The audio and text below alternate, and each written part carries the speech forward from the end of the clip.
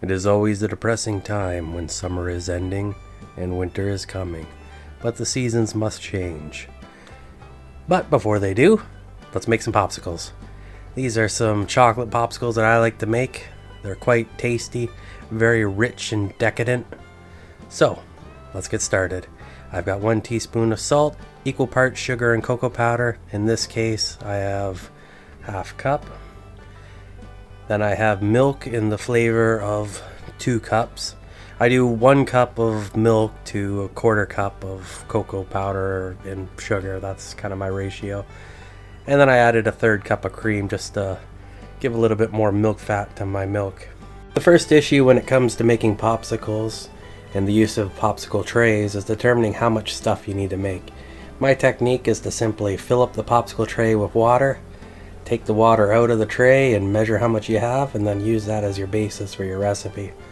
You shouldn't have too much left over or run out, so that's always fantastic. We're going to move over to our stove at this point in time, get out the old saucepan, medium heat. We don't want to scorch our milk, and we're going to combine all our ingredients. Now when you start mixing this, you're going to notice it's not going to really all come together. This is due to the low temperature of the milk product. But if we think back to grade school alchemy, when we were trying to turn our lead into gold, we'll remember that heating the solution up makes it easier for things to combine. So by heating this up and stirring it, we're going to be able to get more chocolate into our milk than that which is normally possible. This is fantastic. This is alchemy.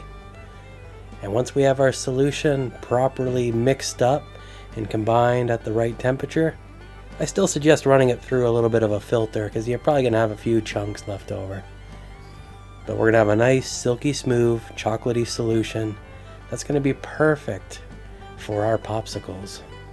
And now we simply need to pour our solution into our popsicle mold and then put our little sticks in our popsicle mold so that we can extract the popsicles.